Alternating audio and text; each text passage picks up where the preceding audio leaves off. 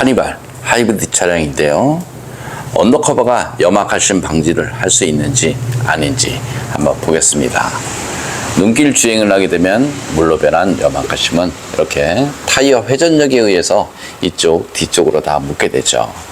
언더커버를 자세히 보면 이렇게 다 구멍이 다 뚫려 있습니다. 이 안쪽에는 배터리가 있고요. 여기 측면 부분 이렇게 배선이 다 노출되어 있습니다.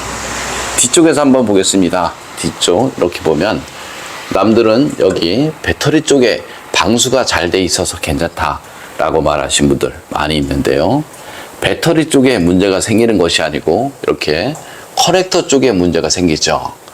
그래서 이런 곳에 고압 하부 세차를 자주 하다 보면 이렇게 틈 안쪽으로 물이 유입이 돼서 정기적인 문제는 언제든지 발생이 될 수밖에 없습니다. 그리고 언더커버는 배터리 쪽 염화칼슘 방지를 할 수 없다, 이렇게 생각하시면 됩니다. 그럼 시공 후 모습 보겠습니다. 카니발 투명 코팅 시공 후 모습 보겠습니다. 여기는 엔진 부분이고요. 엔진, 미션 모두 코팅이 되었습니다. 시공을 하기 전에 이런 부분 누유가 있는지 검수가 필요하죠. 여기 앞쪽 부분도 마찬가지 누유가 발생될 수 있습니다. 여기 앞쪽 멤버 있는 부분인데요. 여기 홀 속에는 투명 코팅제와 이노왁스로 해서 안쪽 시공이 되었습니다. 여기는 앞바퀴 안쪽 부분이고요. 이렇게 절삭면 부분 방청 도장 후 투명으로 마무리되었습니다. 여기는 앞바퀴 휠하우스 있는 부분이고요. 언더코팅 비중을 보면 여기에 중간 부분 이렇게 좀 되어 있습니다. 바닥면 쪽 보겠습니다. 바닥면 쪽의 언더코팅은 부싱이 있는 부분 이렇게 듬성듬성 되어 있습니다. 이거의 목적은 자동차 녹방지 아니고요. 노면에서 올라오는 진동 흡수가 목적이다, 이렇게 생각하시면 됩니다. 하이브리드 차량 같은 경우는 이렇게 배터리 있는 부분이 있습니다. 이런 곳에 고압 하부 세차를 하게 되면 정기적인 문제가 발생될 수 있습니다. 어떤 분들은 여기 배터리 부분 방수가 잘 돼 있어서 괜찮다 라고 말하시는 분들 많이 있습니다. 배터리 쪽에는 방수가 잘 돼 있는 거 맞는데요. 이런 커넥터 있는 부분, 이런 곳에서 문제가 발생이 되죠. 절대로 배터리 방수가 안 돼서 문제가 있다, 이런 얘기는 없다, 이렇게 생각하시면 됩니다. 여기 뒤쪽인데요. 이렇게 구멍이 다 뚫려 있습니다. 하부 세차를 하게 되면 이 안쪽으로 물이 유입이 되죠. 그래서 여기 물 배수구 이렇게 있습니다. 그래서 이쪽으로 빠지게 되는데요. 여기 뒤쪽 한번 보겠습니다. 이렇게 구멍이 뚫려 있습니다. 언더커버는 이만큼 되어 있고요. 하부 세차를 하게 되면 물이 유입이 되죠. 그럼 이쪽으로 빠져야 되는데요. 자세히 보시면 물 배수구가 대부분 다 막혀 있습니다. 물 배수구 사이즈는 대략 한 1mm 정도 되죠. 여기도 물 배수구 있습니다. 이렇게 볼록 튀어나온 곳, 이것이 물 배수구인데요. 여기가 폴리머 언더코팅입니다. 두께가 대략 한 3mm, 4mm 정도 되죠.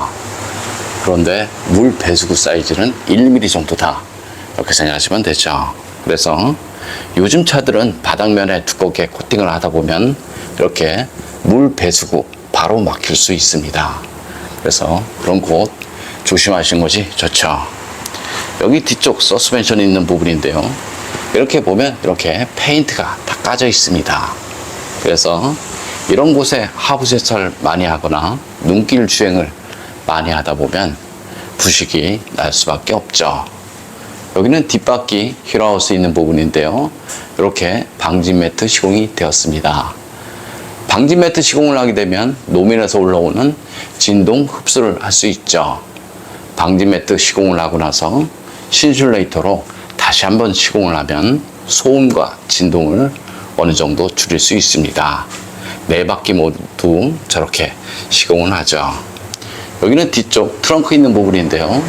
자동차의 녹은 이렇게 평평한 곳에 생기는 것이 아니죠. 자세히 보면 이렇게 용접과 용접 사이 이렇게 틈이 있습니다.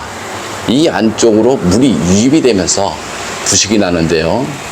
여름에는 물이 유입이 되지만 겨울에는 그것이 모두 염화칼슘이다, 이렇게 생각하시면 되죠. 절대로 이런 곳에 부식이 난다 라고 말하시는 분들은 잘못된 말이다. 저는 이렇게 보죠. 여기 뒤쪽 로암 있는 부분인데요. 이런 곳은 부식이 덜 하겠죠. 하지만 이렇게 용접 부분, 그리고 이렇게 페인트가 까져 있는 곳, 이런 곳은 부식이 날 수밖에 없습니다. 여기도 마찬가지 방진 매트 시공이 되었죠. 신차 구입을 하게 되면 휀더 방음은 반드시 필요하다, 이렇게 보면 되고요. 만족도가 가장 높다, 저는 이렇게 봅니다. 투명 코팅 장점을 보겠습니다. 투명 코팅은 하부 면적 100%를 코팅할 수 있고요. 여기 히터 파이프 있는 부분인데요. 여기 작은 틈 안쪽으로 염화칼슘이 유입되면서 히터 파이프가 터지는 경우 많이 있습니다. 이런 곳은 염화칼슘이 흐르죠. 이런 곳은 염화칼슘이 머무는 곳이죠. 그래서 자동차 녹방질은 이렇게 흐르는 곳에 두껍게 하는 것이 아니고요. 스며드는 작은 틈새, 이런 곳에 꼼꼼하게 코팅하신 것이 좋습니다. 투명 코팅 같은 경우는 전기장치에는 저렴 코팅이 가능하죠. 그래서 이렇게 커넥터 부분 코팅을 해도 나중에 여기 눌러서 빼면 잘 빠지고요. 무상 수리받는데 지장 없으니까 걱정 안 하셔도 됩니다. 코팅 나라 보증에 대해서 설명드리면요. 주행 중 사고나 부품 교환, 바닥 긁힘 10년 동안은 무상 시공되니까요. 그것도 걱정 안 하셔도 됩니다. 좀 더 자세한 내용은 네이버에 코팅 나라 검색을 하면 제 블로그가 있습니다. 카니발 엔진룸 코팅 시공 후 모습 보겠습니다.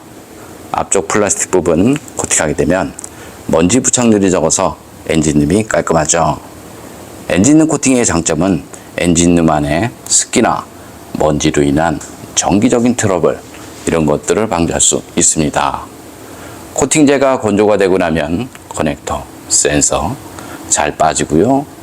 무상 수리 받는데 지장 없으니까 걱정 안 하셔도 됩니다. 염화칼슘 사용량이 많은 지역에서는 엔진룸 안쪽으로 염화칼슘 가루가 유입이 되는 경우 많이 있고요. 세보레 볼트 전기 차량을 보면 엔진룸 저렴 코팅이 시공이 돼서 나오죠. 그래서 사는 지역이 염화칼슘 사용량이 많다라고 생각되면 엔진룸 저렴 코팅은 반드시 필요하다, 저는 이렇게 봅니다.